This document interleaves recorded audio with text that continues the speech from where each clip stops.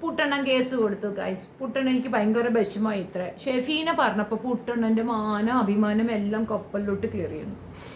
കാലത്തെ ഉറക്കം എഴുന്നേറ്റ് തന്നെ സൈബർ റൂറൽ പോലീസ് സ്റ്റേഷനിൽ നിന്നുള്ള പോലീസിൻ്റെ കോള് കേട്ടിട്ടാണ്. വിഷയം എന്താണെന്നറിയല്ലേ, പുട്ടെണ്ണനെ ഞാൻ പുട്ടെണ്ണനെന്ന് വിളിച്ചെന്നു. ആ നാട്ടുകാർ മുഴുക്ക വിളിക്കുന്നതിന് കുഴപ്പമില്ല, ഞാൻ പുട്ടെണ്ണനെന്ന് വിളിച്ചതാണ് അങ്ങേർക്ക് ഇപ്പോൾ പ്രശ്നമായത്. അങ്ങേരുടെ അഭിമാനത്തിൻ്റെ ഉച്ചഘട്ട ഗോപുരം എല്ലാം തകർന്ന് താഴേക്ക് വീണു എന്നാ പറയുന്നത്. എന്ത് ചെയ്യാനാണ്? അപ്പം ഞാനൊരു തീരുമാനമെടുത്തു. ഇനിയും കൊടുക്കാൻ എൻ്റെ ഡിവൈസുകളില്ല.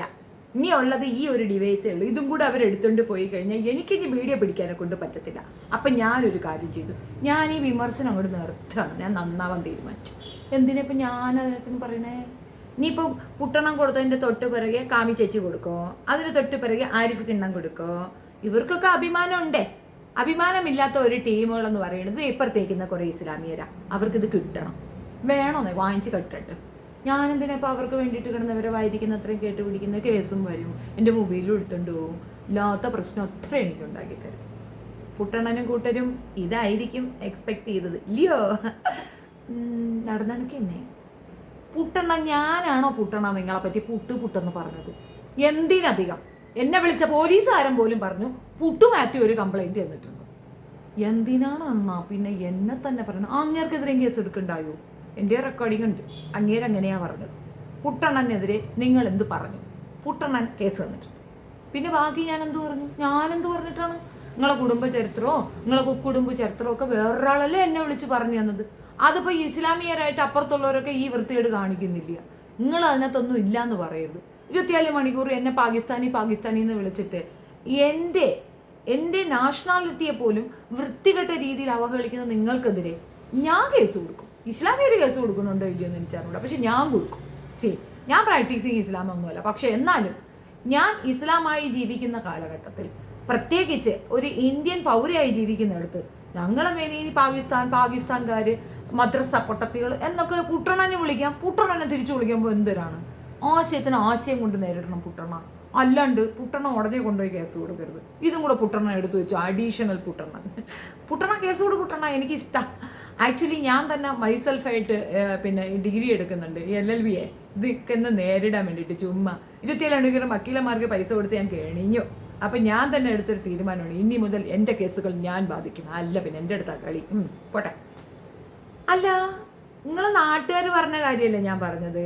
അത് മാത്രമല്ല, നിങ്ങളെ നാട്ടുകാരിൽ ഒരുത്ത ഫോണോ വിളിച്ച് എൻ്റെ അടുത്ത് പറഞ്ഞ കാര്യമാണ് ഞാൻ കൊണ്ടുവന്ന് പ്ലേ ചെയ്തത്. ഇതിൽ ഞാൻ എങ്ങനെ കക്ഷി ചേരും? ഈ വിളിച്ച പോലീസുകാരൊന്നും ചിന്തിക്കണ്ടായോ? ഷെഫീനൊക്കെ എങ്ങനെയാ കേസ് വരിക? എൻ്റെ ചാനലിൽ കൂടെ പബ്ലിഷ് ചെയ്ത്. എന്തായാലും പുട്ടെണ്ണനെതിരെ ഞാനിട്ട 3 വീഡിയോസ് ഉണ്ട്. അത് ഞാൻ എൻ്റെ കമ്മ്യൂണിറ്റി പോസ്റ്റിൽ പിൻ ചെയ്ത് വെക്കാം. ആവശ്യമുള്ളൊരു കോപ്പി പേസ്റ്റ് ചെയ്ത് എടുത്തോളൂ. ബിക്കോസ് ചിലപ്പം എൻ്റെ അടുത്ത് വീഡിയോ റിമൂവ് ചെയ്യാൻ പോലീസ് പറയും. പോലീസ് പറഞ്ഞാൽ നമ്മളനുസരിക്കും. കാരണം ഞാൻ നിയമമൊക്കെ അനുസരിച്ച് ജീവിക്കുന്ന ഒരു പൗരയാണ്. അപ്പോൾ എനിക്കിതൊക്കെ അനുസരിച്ചേ പറ്റുള്ളൂ. അതുകൊണ്ട് ഞാൻ അതൊക്കെ ചെയ്യും.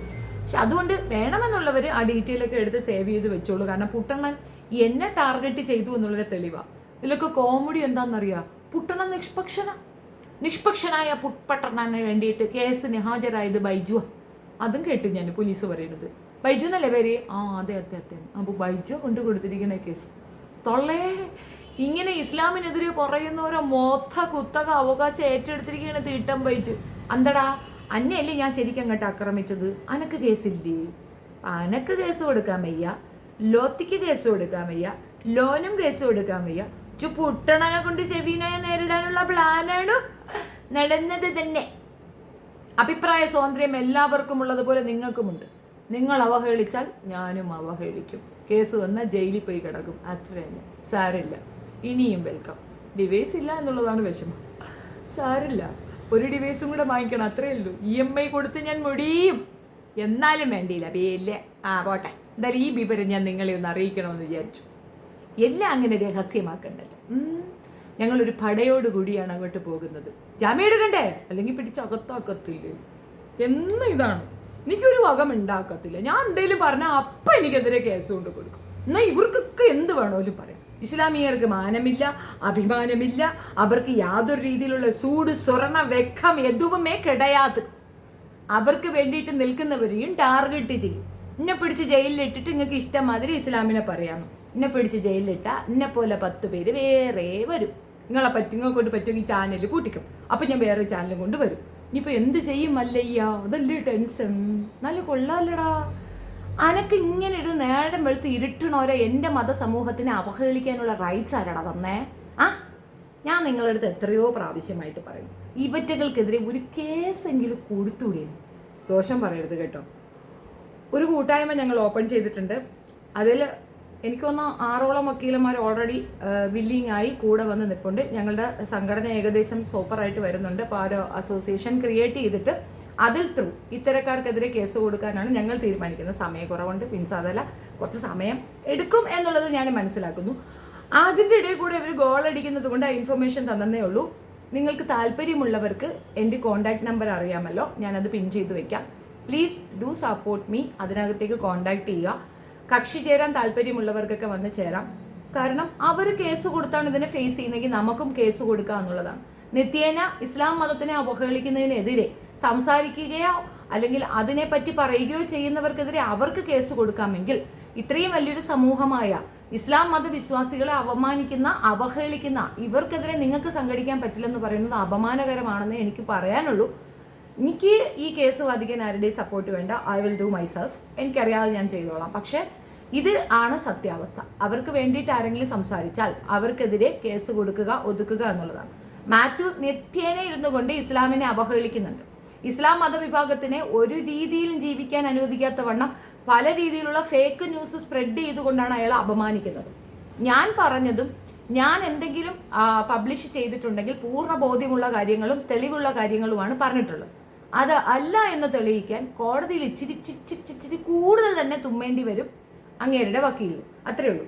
നിങ്ങൾ പറഞ്ഞതുകൊണ്ട് മാത്രം ഞാൻ ഇത് പിൻവലിക്കുകയോ ഈ സ്റ്റേറ്റ്മെന്റ് പിൻവലിച്ച് ഒതുങ്ങുമെന്നോ ആരും വിചാരിക്കുക പോലും വേണ്ട. ബിക്കോസ് പറഞ്ഞത് ഉത്തമ ബോധ്യത്തിലാണ്. എനിക്ക് തെളിവുണ്ട്. എൻ്റെ കയ്യിൽ എവിഡൻസ് ഉള്ളത് കൊണ്ടാണ് ഞാൻ പറഞ്ഞിട്ടുള്ളത്. ഇങ്ങേര് നടത്തിയ സ്ഥാപനത്തിൽ നിന്നുള്ള ആളുകൾ ശമ്പളം കിട്ടാതെ പുറത്തേക്ക് വന്ന് ഇട്ട ഫേസ്ബുക്ക് പോസ്റ്റുകളും ഞാൻ കണ്ടതും എൻ്റെ ബോധ്യത്തിലുള്ളതുമായതുകൊണ്ട് തന്നെയാണ് ഞാൻ അതിനകത്ത് ഉറച്ചു നിൽക്കുന്നത്. രണ്ടാമത് പുട്ട്. ഇസ്ലാമിയരെ പാകിസ്ഥാനികളെന്ന് വിളിക്കുമ്പോൾ കിട്ടുന്ന അതേ സുഖം പുട്ടെന്ന് വിളിക്കുമ്പോൾ ഞങ്ങൾക്കും കിട്ടാറുണ്ട്. അത് കള്ളമൊന്നുമില്ല, നാട്ടുകാർ പറയുന്നതല്ലേ. ആ നാട്ടുകാരെ മൊത്തത്തിൽ കൊണ്ടുവന്ന് നിങ്ങൾ വോയിസ് ഇട്ട് കേൾപ്പിക്കും എന്നുള്ളതാണ് ഇതിൻ്റെ പ്രതികാരമായി ഞാൻ ചെയ്യാൻ ഉദ്ദേശിക്കുന്നത്. നീ എനിക്കെതിരെ കേസ് കൊടുത്താൽ ഇതിനെതിരെ ആ നാട്ടിലുള്ളവർ കൊണ്ട് നീ പുട്ടാണ് എന്ന് ഉള്ളത് പറയിക്കും. അത്രയേ ഉള്ളൂ. ചെക്ക്. Thank you.